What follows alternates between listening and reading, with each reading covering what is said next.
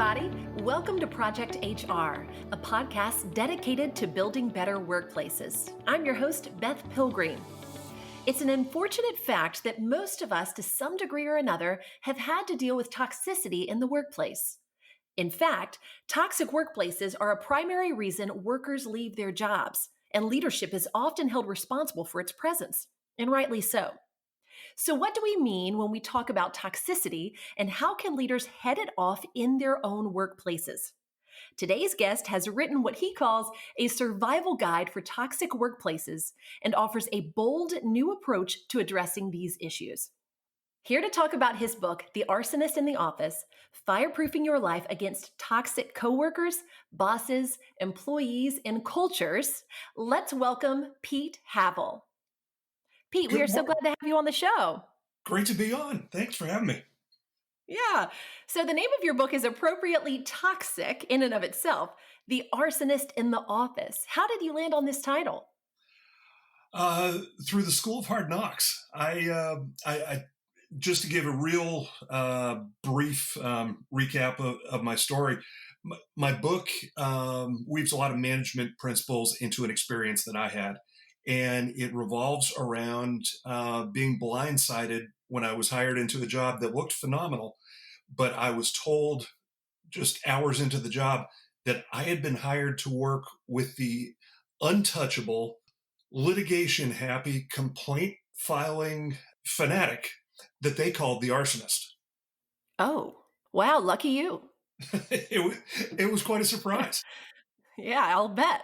So you got the job and then they tell you this?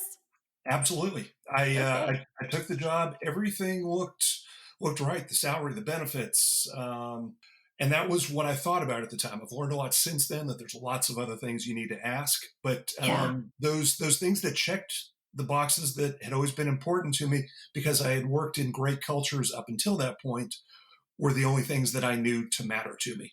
From what I knew, looked awesome. But quickly found out that it was going to be one of the toughest experiences of my life. Yeah, sounds like it. So, okay, that makes sense that you wrote this book then. You're providing that help and that game plan that you needed in that situation. Absolutely. Because I learned during that experience that especially when you're under a lot of pressure, and I think a lot of people are like this, they don't think as clearly as they should. They're in a defensive crouch, and that's not the best way to handle what are some very difficult situations in office politics or bad cultures. If you're not responding well, you're going to be in trouble. So tell us about the kind of research that was involved in putting this book together. And I know that a lot of this comes from personal experience, but I'd love for you to elaborate on that. Yes, it ended up being a balance of things. I do talk about my experience because it was one of those things when it happened and after it happened. I found a lot of people saying when I would describe what I had encountered, okay, I didn't know this. And okay, that point about human resources, for instance, and their role, I didn't know that, or simply the signs to look for in a bad environment. All these different things I had learned the hard way. But to back that up, I talked to literally hundreds of executives and managers. Don't quote many of them in the book because most didn't want to be identified. Right. But I also looked at lots of academic studies from literally around the world on everything from what happens to productivity in a workplace when the culture goes bad to health problems for people that have a bad boss versus a boss that they speak well of. And all of that research was powerful. And frankly, as I learned about it, was pretty incredible to me in that you're going through something. And for instance, you can feel the stress levels go up, but you realize at that point you're not alone, that it's a natural reaction. And that if we can stop it, it's going to be a really good thing for the workplace and for the people involved. Absolutely. Okay, so let's start at the very beginning here. How do you define toxicity and what kinds of behaviors are we talking about exactly? Great question. Toxicity can manifest itself in a lot of ways. And the way I would define it best is those actions and behaviors that become barriers to either doing the right thing or doing anything at all, in that it can hurt productivity. Some of those behaviors and actions, and I talk about them in the book, are things like, and this is the top one for me in an organization, you see retaliation taking place. Maybe when somebody speaks up and says, "Hey, I found this issue that popped up. I think it's a real problem." It may be a safety issue. It may be some financial maldoing, and any of those types of things. Or you may have somebody that raises their hand, offers their perspective, and an insecure person above them says, "I'm not going to let that person get any further within the company on my watch." Hmm. So it can be those types of things. It can be yelling and shouting. It can be silence. And that probably sounds contradictory, but you find in so many toxic environments, and we've probably all been there on this, when people have learned very quickly that their perspectives are not respected, that Yeah. you offer constructive criticism, or you may be doing something to help out the team, and it's just not encouraged. So at the end of that meeting, when your manager says, "All right, anybody have any questions or want to say anything?" the room is silent, because people Ugh. have learned quickly, you know what? Nobody cares about what I have to say. Or they've seen what's happening around the organization and they just mentally check out and they're no longer invested. So those are a few things. I have 20 in my book, but Wow. those are a couple of the biggest ones. Yeah. And I'm certainly thinking back to some experiences that I've had myself too. And yeah, that silence, that passive aggression, that might hurt the most sometimes. And it leads right into people wanting to leave. Yeah, Um, absolutely. when, Yeah. when you don't feel like your your work is respected, you're going to move on and find somebody that does appreciate it. Yeah, 100%. Well, what are the dangers when toxicity enters your culture on an individual level as well as on a corporate level? Let me flip that around. I spend a lot of my time in politics, so I'm constantly taking questions and then then changing them for my own No, uh, it's a gift. Please purposes. do it. On the company side, there are lots of different things, and these are all. And I hope every HR person, lawyer, and leader in an organization is listening to these, because it's all about risk, which should scare all of them. The financial risk is a major one, in that we've seen all sorts of companies go through severe problems when they have a toxic workplace setting. Wells Fargo is a great example. They are Hmm. still paying fines to the federal government over having leadership that looked the other way when illegal things were being done to boost sales numbers. Hmm. Legal liability, the lawsuits that follow. We saw just yesterday McDonald's having to sue their former CEO, who was having relationships with people throughout the company, and that, in, according to some reports, people had looked the other way in those situations Hmm. for some period of time. And lawsuits always follow, and the worst thing that comes from that can be not only the legal costs, but the reputational hits that come from the Sure. discovery process. When you find Yeah. out, all right, what was really going on? Give me the evidence. And the lawyers are always looking for the evidence. And two other quick ones: attraction and retention of employees suffers mightily when people don't want to be around a bad situation. They've had enough. And two more, and this dovetails into the employee side: productivity. Productivity drops because people are either listening to the office politics and they're gossiping, or they're tired, they're worn out. And then health, both physical and mental health, two big ones: heart attacks, mental health, and those are some big ones. Then let me flip it over onto the employee side real quickly. Resumes can get tattered if you are somebody that speaks up when they see bad behavior. The health and productivity, 30 to 40% drops can occur on the productivity level for any employees. You end up leaving your job, which can be financial problems, because Hmm. that 401k where you've invested, all those types of things, may not be there anymore. That and what you're bringing home, the stress involved, it can be just awful. And companies can do better. Yeah. All right, Pete, we're going to take a sponsorship break. When we return, we'll learn Pete's approach to dealing with arsonists and addressing toxic behaviors in the workplace. So stay with us.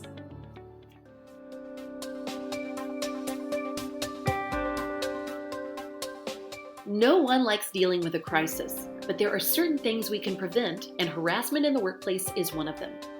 Online harassment prevention training is mandated in a number of states. Do you know your current requirements? Download a comprehensive state-by-state guide to the legal requirements at therespectfulworkplace.net. And while you're there, check out the Respectful Workplace Harassment Prevention e-learning for your employees and leaders. It's compliant in all 50 states and so easy to deploy you can have it up and running today. Check it out at therespectfulworkplace.net.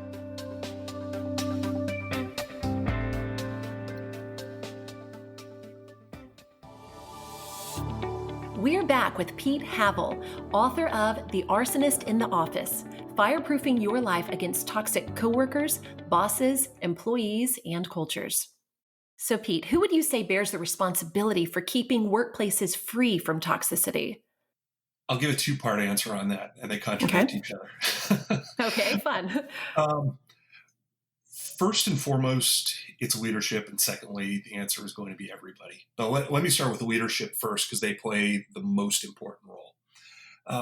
Leaders are the ones that everyone looks to. They're on the highest perch, and so they've got not only the best view of what's happening out there, but like when someone is at the bottom of a mountain and looking up, you can see that person extremely well. And leaders have that responsibility not only to say what the values of the organization are, but to demonstrate those values every day. And if they show that they don't care about what's happening, it sends a message trickling down that everyone can hear and quickly understand. That what's on the poster in the break room really does not matter at all to the people in leadership. And when you start doing that, the problems just start escalating. There's always going to be something going on in every organization. But when people get the joke that, all right, nobody cares about anything other than the bottom line or getting results, which is great if it's done the right way, you start having more and more problems. On the flip side of that, a leader that shows that they are what the organization demonstrates, what they believe in, that starts setting up such a great environment because people start feeling good about the mission of the company. They know that they're not alone in trying to do the right thing, and that is equally department. So sending those signals, and then on the employee side, just real briefly, all of us have a call to be civil, to treat people the way we want to be treated. It's that golden rule that should operate in every organization, but is sadly missing. But if you're in a difficult culture or a good culture, those signals from above are really where most of the leadership lies, in that they have the most ability to change things of anyone. Well, it sounds like what you're saying is that a leader, whatever tone he or she sets, is contagious with the rest of the team. Whether it is, we follow the values and principles that we say we stand for, that's contagious and, promotes good things within the office. But then the flip side is also contagious. So we need to be really mindful of that. Exactly. Yeah.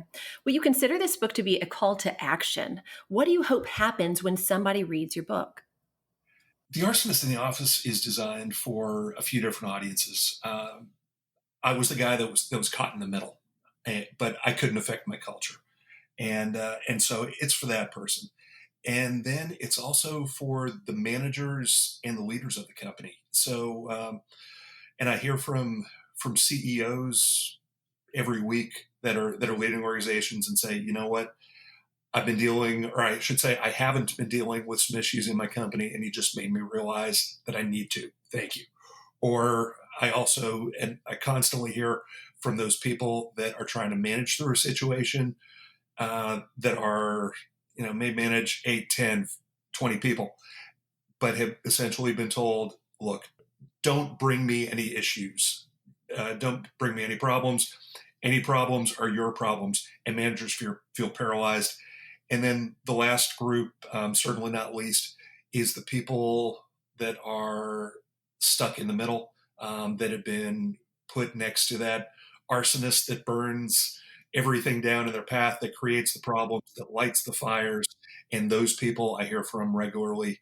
And then the last group is HR, that people don't understand as well their mission as they probably should.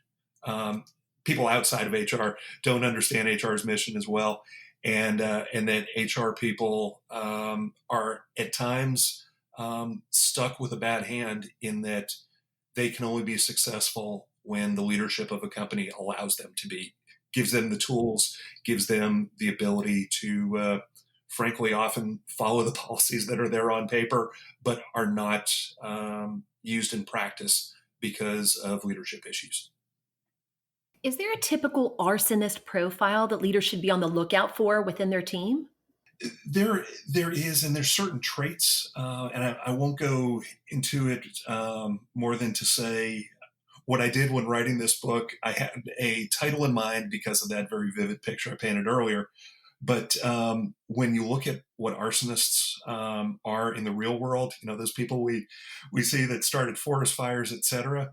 It's people that tend to be often highly charismatic, um, highly ambitious, often high performers, which I will tell you makes the problems they cause even more challenging, because you put managers in the position of probably needing to move a high performing employee on, Yeah. which can get some pushback.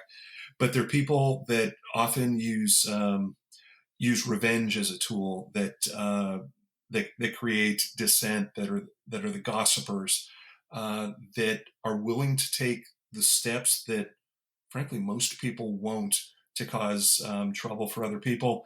They have financial motives, they have reputational motives, and they usually won't stop at what stops most people that may have issues with a colleague. And finally, they tend to show an irresponsibility and more of a commitment to themselves than they do the organization. Is that last example that you gave us, is that somewhat of a narcissistic type personality, would you It say? is, and I talk about in one of the chapters. It's called the Dark Triad, and it's a fascinating mix of descriptions of the narcissist and the sociopath and the Machiavellian. But it's a person that often sends some false signals, which narcissists do. They Yeah. may ask you how you're doing, but the end result is they want to tell you exactly what they need from you. And so, yeah, you're absolutely right. It can track very well with a narcissist, somebody that has some sociopathic tendencies. Um, I will say I'm not a psychologist by any means or a mental health expert, but you do see some of those trends in folks that cause those issues. But just because they have feathers doesn't mean they're a duck, I guess I would Right. say. Yeah. Things aren't always what they seem, right? I'm not diagnosing everybody when I say that, but yeah, you can definitely see I know what you some of mean. those Yeah. patterns. Yeah.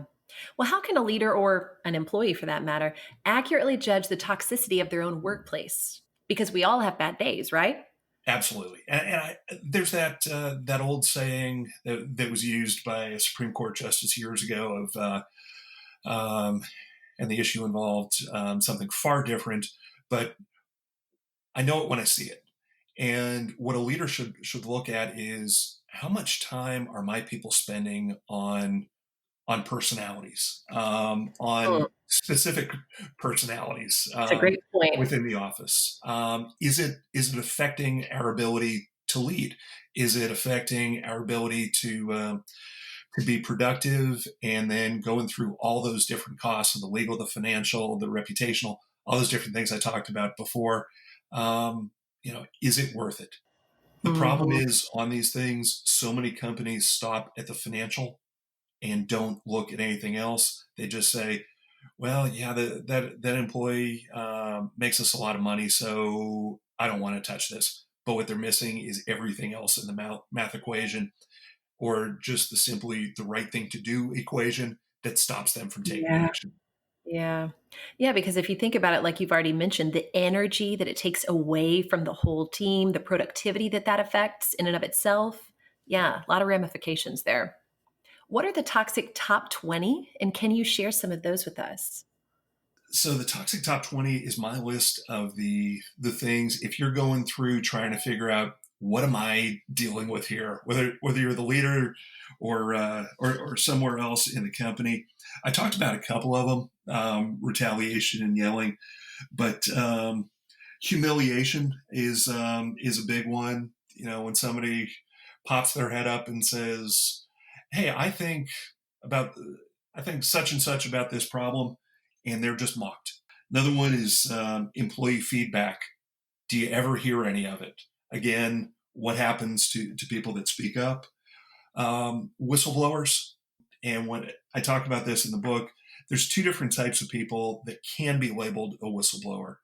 Whistleblowers, by definition, are someone that speaks up, raises a concern within the company, and when they don't get any action, they go outside the company if there's a legal matter, something that the government may be interested in.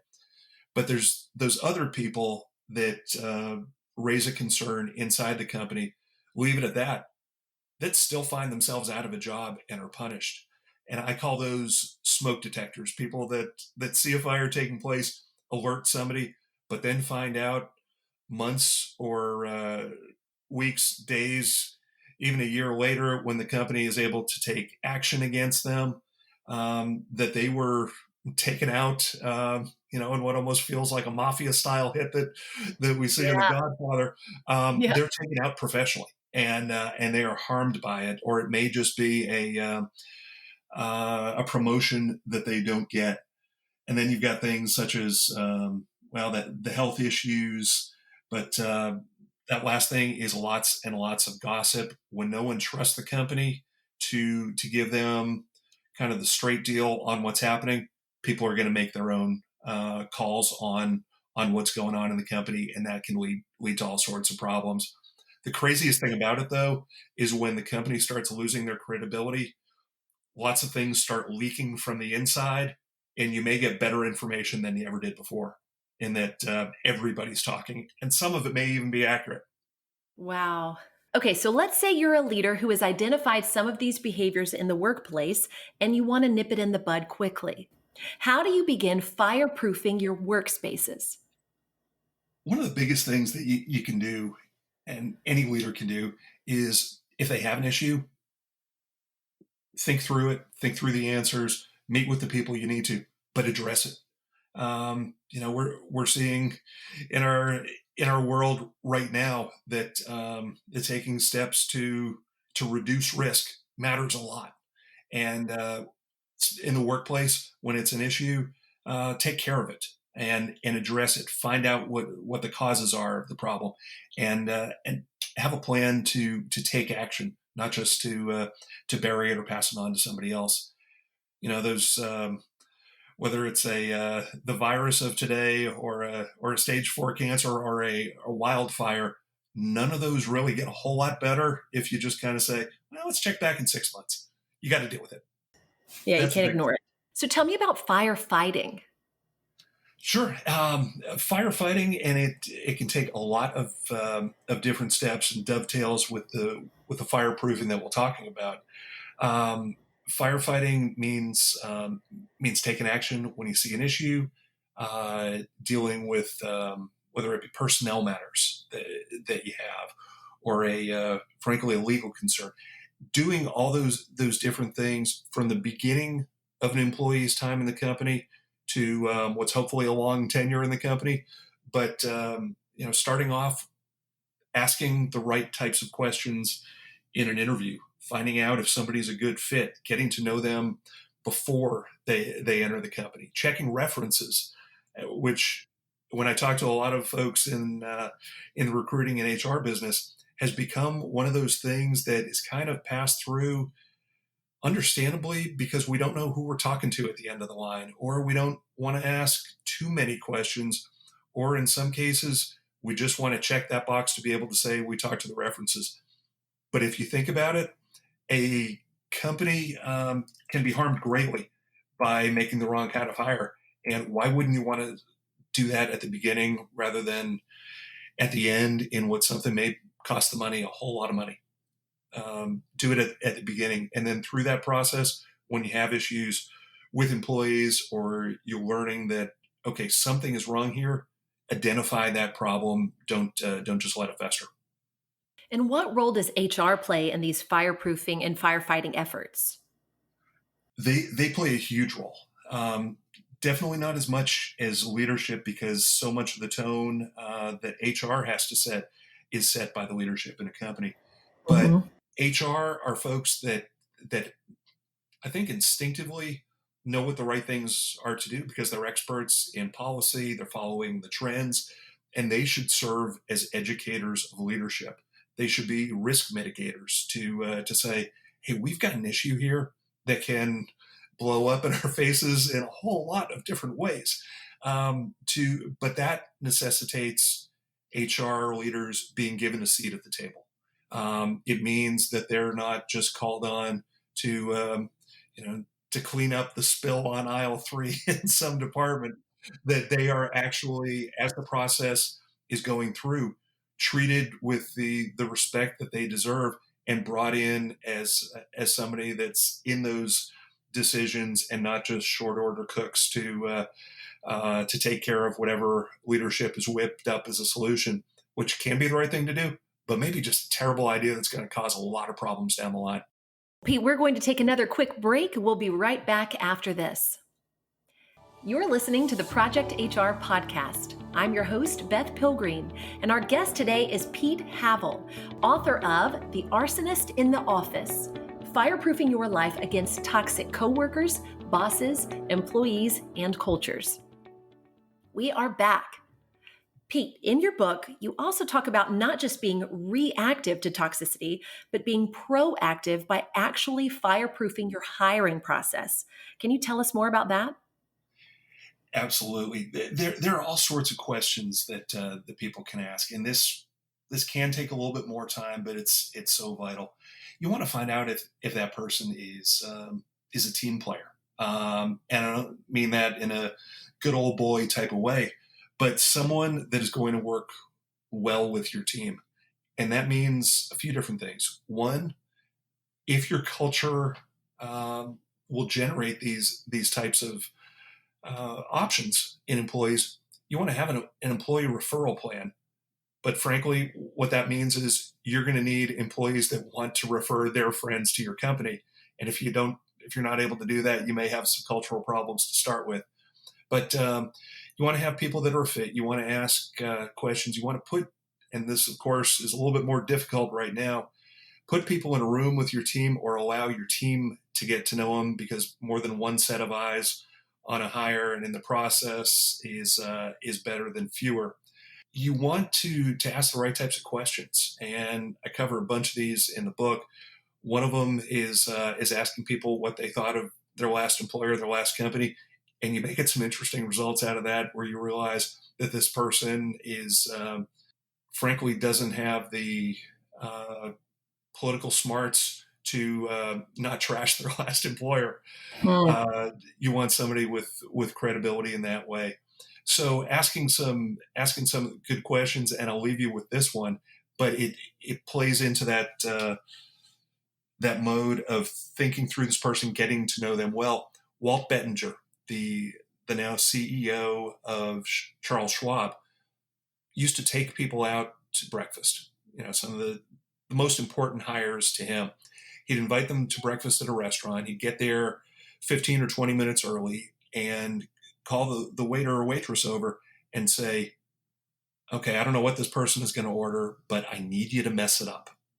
Do something to their order that may irritate them a little bit.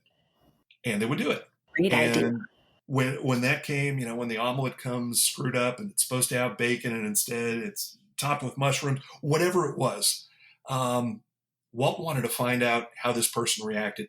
Number one, did they treat the waiter or waitress well at that point? But how did they deal with this minor inconvenience in their lives? Did they handle it well, or were they a jerk? And it gave him some insights that gave him more of a comfort level. But you can see that playing out with your own team. How the person treats, for instance, the administrative staff during the interview process. Are they being cordial in emails? Are they already showing any types of signs that could be a problem down the line? And you have to pay attention to everything because there's only so much you can go on when you're making that hire. Yeah, Take every advantage you can to find out who they are. that's really good advice. So, Pete, on that same proactive path for workplaces that don't currently show signs of toxicity, you recommend something called Firewatching. Can you share those with us?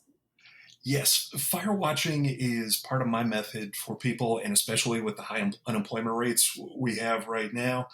How can you find out what's going on in a company? And this can actually be good both for the prospective job candidate as well as the companies.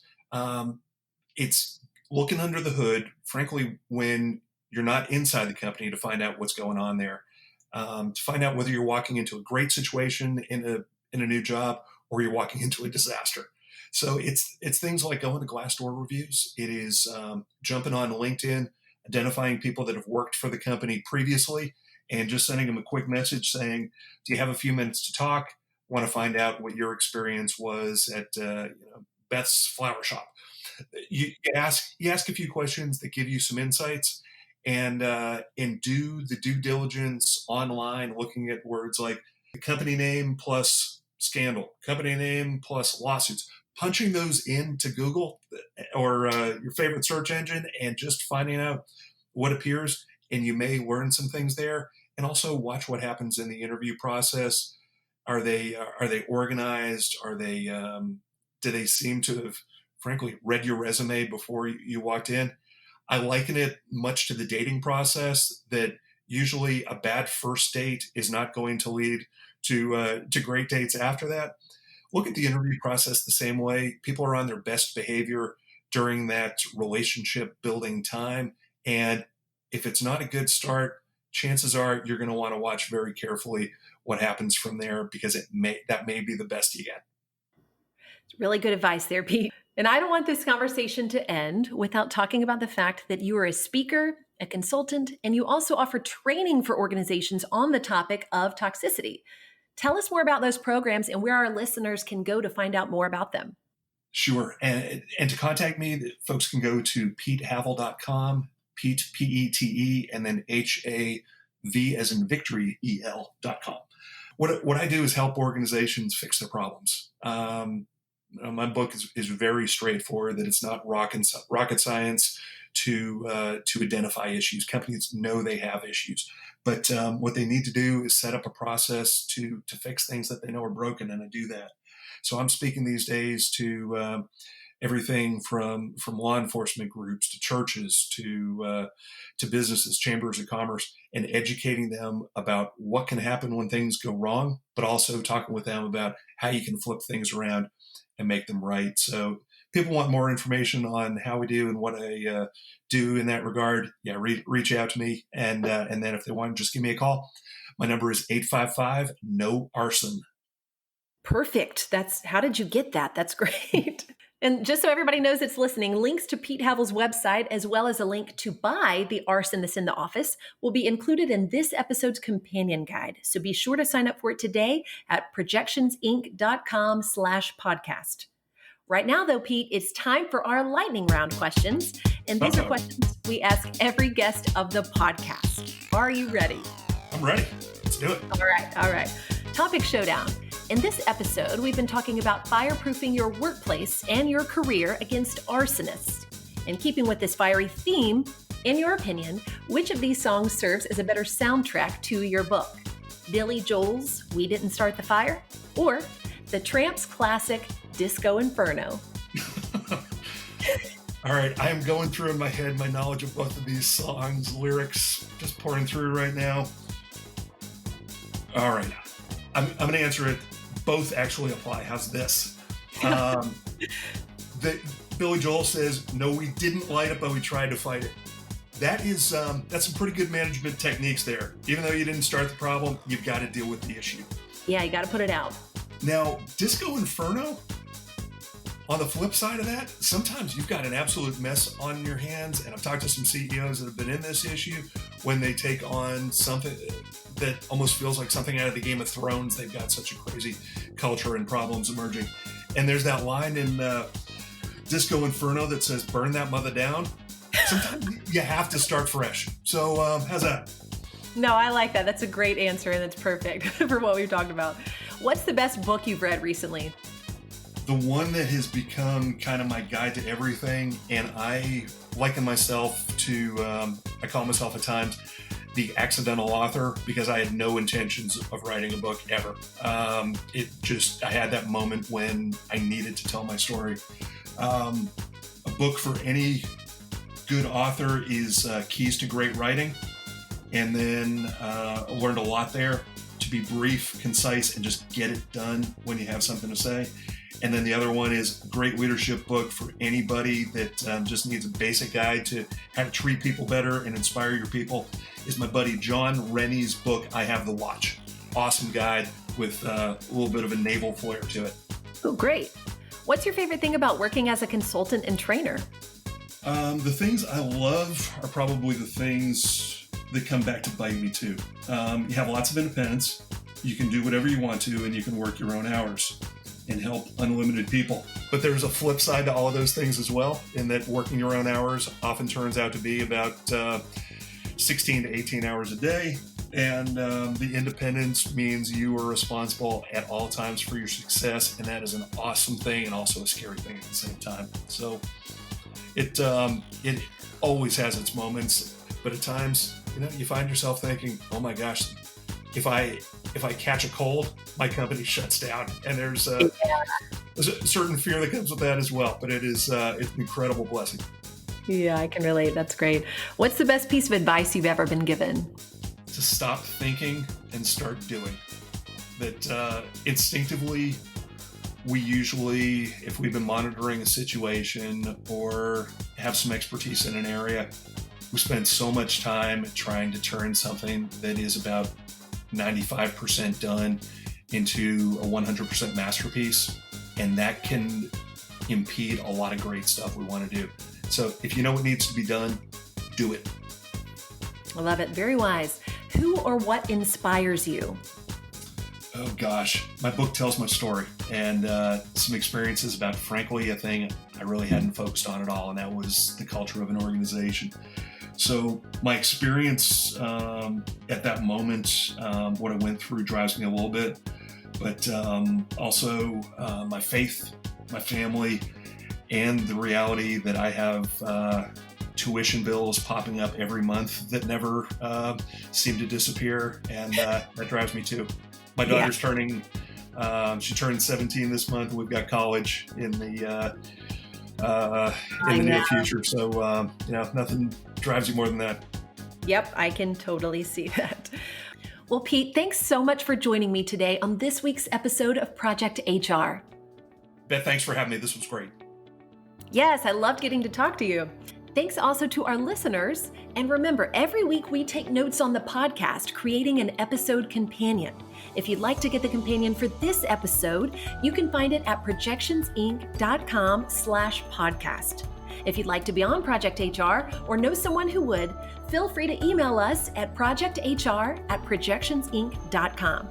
And finally, to make sure you never miss an episode of Project HR, we hope you'll subscribe to the podcast. And if you're feeling it, drop us a line, leave us a review, or simply rate us 5 stars wherever you get your content. That's it for me for now. Let's make it a great day at work.